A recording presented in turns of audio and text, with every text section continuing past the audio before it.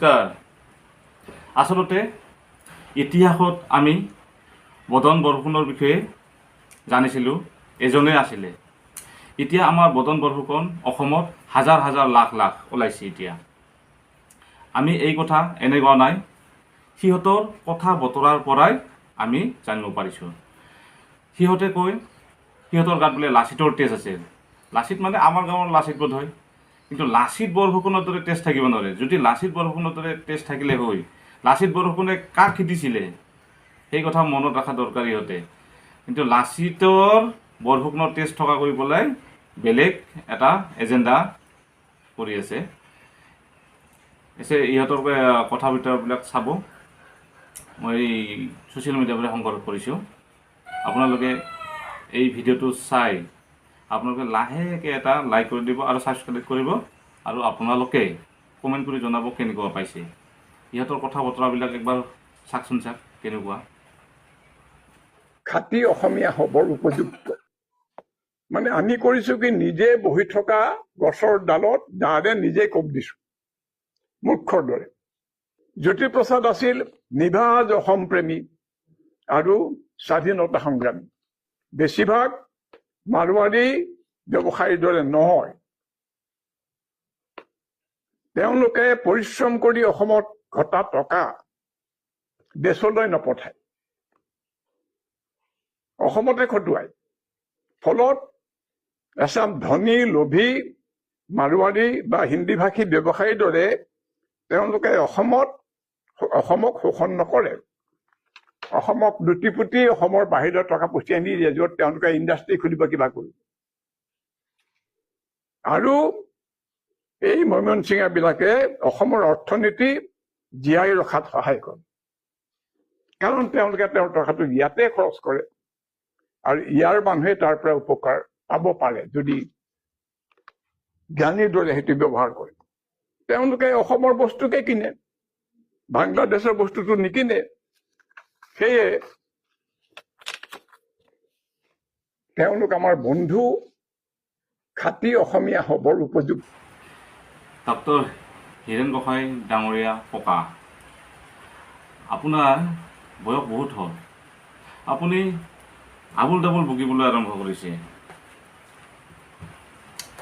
আপুনি তাৰমানে অসমখন শেষ কৰাৰ কাৰণে উঠি পৰি লাগিছিল। আপোনাৰ তাতে কি বিদেশী ফাণ্ডিং হৈছে নেকি? এইবিলাক যে আপুনি আবুল তাবুল কৰি আছে। আপোনাৰ অৰ্থনীতিৰ জ্ঞানৰ বিষয়ে অলপ তাৰমানে ক'ব বিচাৰিছোঁ। আপোনাৰ অৰ্থনীতিৰ জ্ঞান আপোনাৰ 70-80 বছৰ হ'ল, অৰ্থনীতিৰ জ্ঞান আপোনাৰ আজিহে হ'ল নেকি? সিহঁতক তাৰমানে আপুনি অসমৰ অৰ্থনীতি বজাই ৰখাৰ কাৰণে বজাই ৰাখিছে যে আপুনি আজিহে গম পালে নেকি? আপোনাৰ এই অৰ্থনীতি বজাই ৰখাৰ কাৰণে বহুত দেৰিকৈ আপোনাৰ অৰ্থনীতি জ্ঞান হ'ল নেকি? আপুনি তেতিয়াহ'লে সিহঁতৰ যিমান বাংলাদেশত মানুহ আছে গোটেইখিনি লৈ আহক, তেতিয়া অসমতে এই কাম কৰিব, অসমতে বস্তু কিনিব, তেতিয়া আমাৰ অৰ্থনীতিটো টনকিয়াল হ'ব। আপোনাৰ এনেকুৱা নিচিনা মানুহ এটা ভাল লাগিছে আপোনাৰ এই কথাখিনি শুনা পায়। আপোনাৰ যে অৰ্থনৈতিক জ্ঞান এতিয়াহে হ'ল, সেইটোৰ কাৰণে ধন্যবাদ দিলোঁ আপোনাক। এইবিলাক যে কি যে আপোনালোকে কৰি আছে, কি বুদ্ধিজীৱী যে আপোনালোকে, আৰু ক'ব নোৱাৰিছোঁ। অসমখন শেষ কৰাৰ কাৰণে আপোনালোকে ইয়াত গোটেই উঠি পৰি লাগিছে। আৰু আপোনালোকৰ ভিডিঅ' ওলালে মই আকৌ কমেণ্ট কৰিম।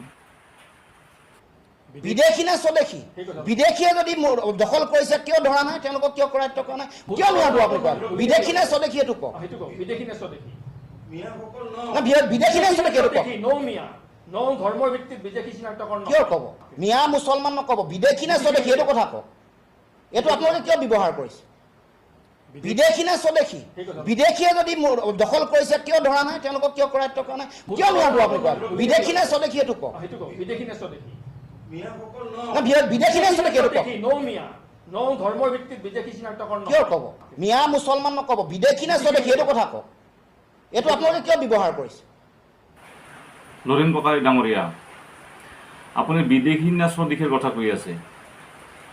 আপোনাৰ লগৰজনে কৈ আছে আৰু ধৰ্মৰ ভিত্তিত বিদেশী চিনাক্তকৰণ নহয়।